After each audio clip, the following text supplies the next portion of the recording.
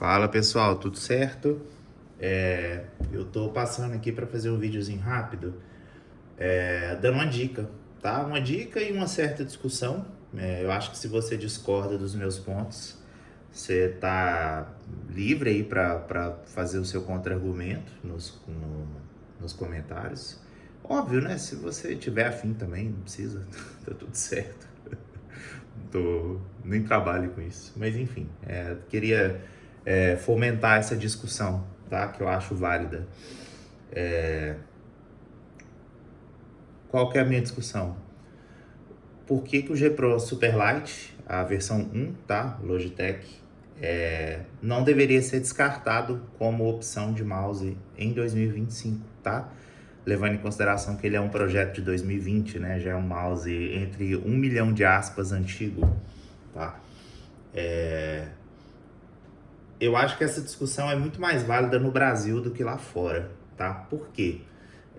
Aqui no Brasil a gente tem, entre os nossos imensos azares com relação a produtos importados, a gente tem a sorte dos produtos da Logitech no Brasil, de forma geral, terem preços nacionalizados.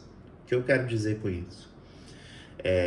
Um G Pro Superlight no Brasil, ele custa ali por volta dos seus 600, 700 reais, que é o preço que ele custa nos Estados Unidos em dólar, tá? Então a gente não paga aquele clássico preço de 10 vezes o valor em dólar que, por exemplo, eu paguei nesse Pulsar, tá? Então, cara, é como se os produtos da Logitech fossem muito mais baratos no Brasil, tá?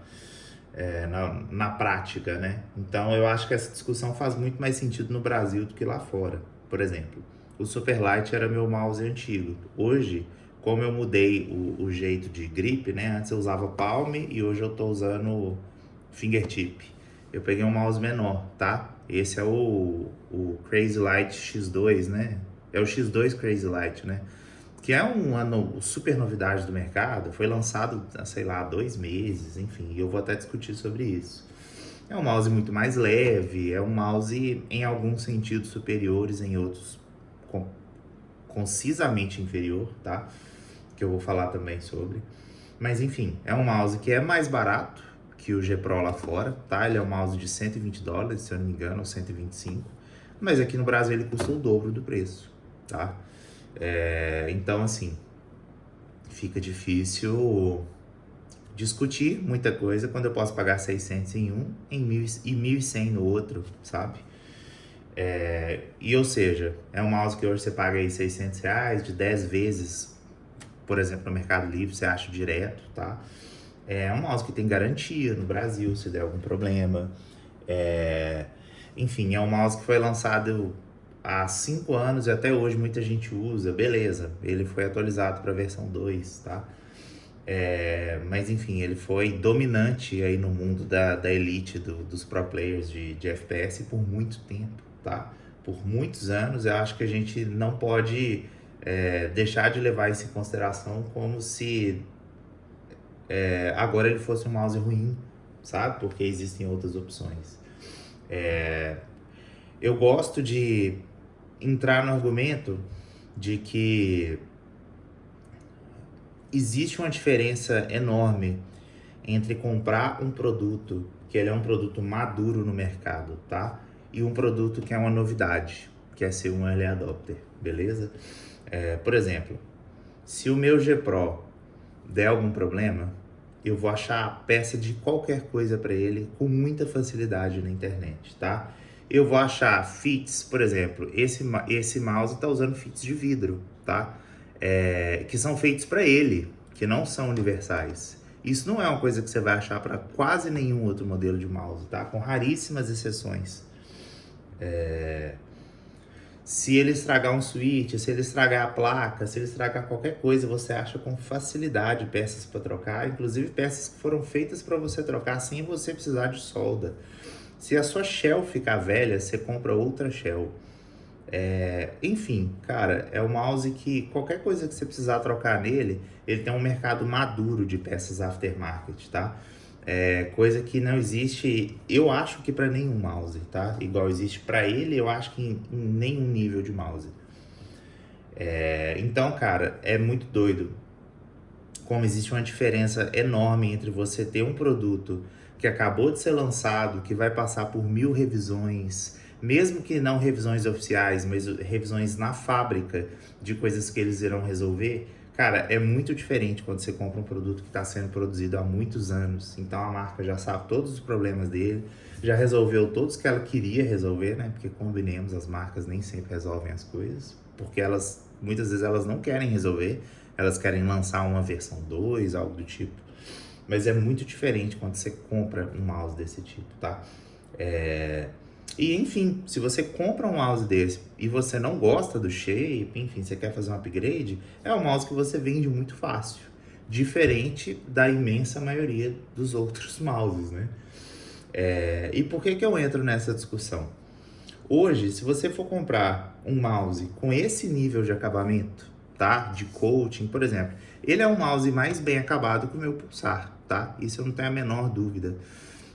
E o meu Pulsar não é um mouse barato, tá? E ele, cara, você compara a parte de baixo do mouse, a questão da qualidade dos plásticos, tá? Por exemplo, aí já é um pouco de questão de gosto, mas eu acho o scroll dele muito superior ao do Pulsar, tá? Ele tem uma pegada, ele tem um acabamento de produto mais premium. O software dele é muito melhor, tá? Muito mais bem acabado. Você vê que é software que existiu ali um certo cuidado a ser feito, uma equipe, né, de design de UX para ser feito. Você pega, por exemplo, o software da Pulsar, ele é horroroso, assim, ele parece... E olha que o software da Pulsar é entre os melhores, tá? Fora o da Logitech. No sentido de existir um apreço estético, né, de questão de fazer o software. Você olha alguns mouses chineses, assim, é deprimente, parece que eles fizeram o software no fundo de quintal, assim, usam para 1 milhão de mouses diferentes. Enfim, cara, é muito diferente você ter um produto que é tão conciso, tá? Inclusive, se alguém me pedir recomendação, eu não recomendaria o Pulsar, tá? O Pulsar é sim um mouse melhor, mais novo, mais moderno, tem algumas melhorias, né, de questão dos switches, ele é um mouse muito mais leve, tá? Mas, por exemplo, ele é um mouse que a bateria é muito inferior, óbvio também por ele ser mais leve, tá? Ele é um mouse que, por exemplo, existiu aqui, ele é um mouse muito novo, né? Então eu imagino que isso vá sofrer revisão em algum nível. Mas, por exemplo, é um mouse que o PCB dele é branco enquanto o mouse é preto. Isso é uma coisa que a Pulsar não fazia antes, tá? Ela sempre teve esse cuidado de fazer o PCB da mesma cor do mouse. Mas, enfim, ela provavelmente para lançar o projeto mais rápido, né? Para cortar algum custo, ela, por exemplo, fez um mouse preto com PCB branco. Ela provavelmente ia ser alguma dificuldade para ela mexer no projeto, para ela colocar aqui botões plásticos, né, bem acabados, igual esse para poder ligar e desligar o mouse.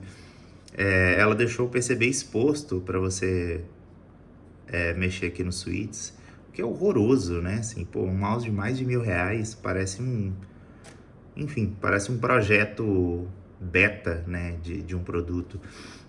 Também por ele ser muito leve, mas enfim, coisas que talvez eles podiam ter pensado em resolver de alguma forma. Ele é um mouse extremamente desequilibrado, assim. Ele é muito mais pesado na frente do que atrás. E você mexe, ele tende a rabiar a mexer. Você pega o Superlight e ele é um mouse extremamente equilibrado, tá? E, cara, isso tudo são questões de um projeto conciso, um projeto maduro, de uma empresa séria, que nem sempre acerta, né? A Logitech anda fazendo muita cagada, mas eu acho que isso aqui é da época que ela tava assim, voando, tá? E cara, o último tópico que eu queria entrar em discussão com relação a isso é como a gente entra numa loucura, né, de consumo, né, de sociedade de consumo, que a gente tá sempre insatisfeito e procurando o mais novo, né? E eu não falo isso apontando o dedo para ninguém, não, eu falo isso apontando o dedo para mim.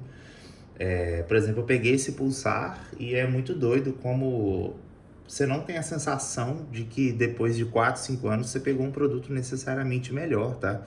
Tem várias coisas nele que eu considero inferiores, o coating, o acabamento, a qualidade do plástico, tá? Que são inferiores a um mouse que aqui no Brasil custa metade. Eu acho que lá fora a discussão é outra. Lá fora O Crazy Light é um mouse mais barato do que o Super Light, tá?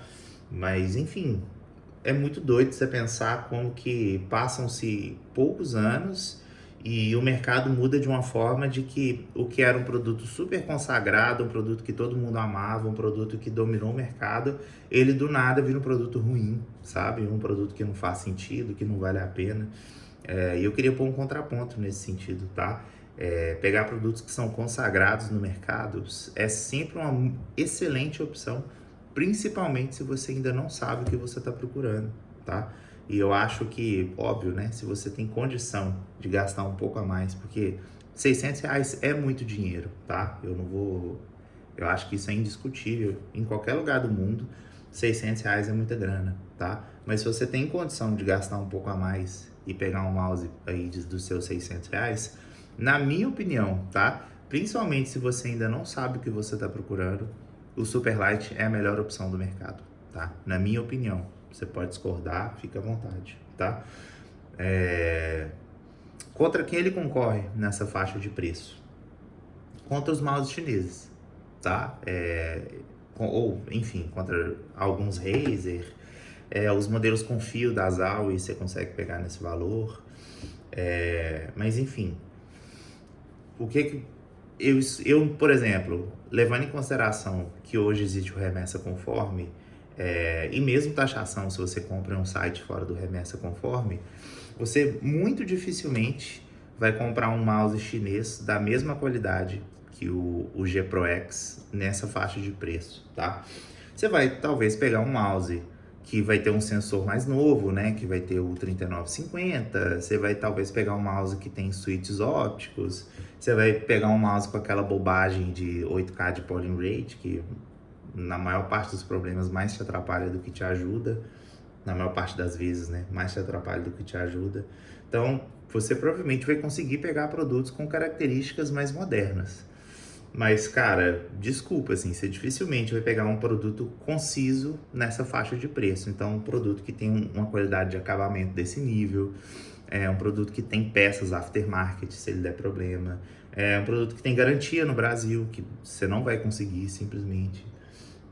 Você não vai conseguir um produto que tem um software legal, bonito, bem feito, difícil por essa faixa de preço, tá? Você não vai conseguir pegar um mouse com esse mesmo nível de construção, tá? E isso eu tô falando dos melhores mouses chineses, né? Quando eu quero comparar com o G Pro, eu tenho que comparar com mouses que tem esse nível de acabamento, esse nível de construção, etc.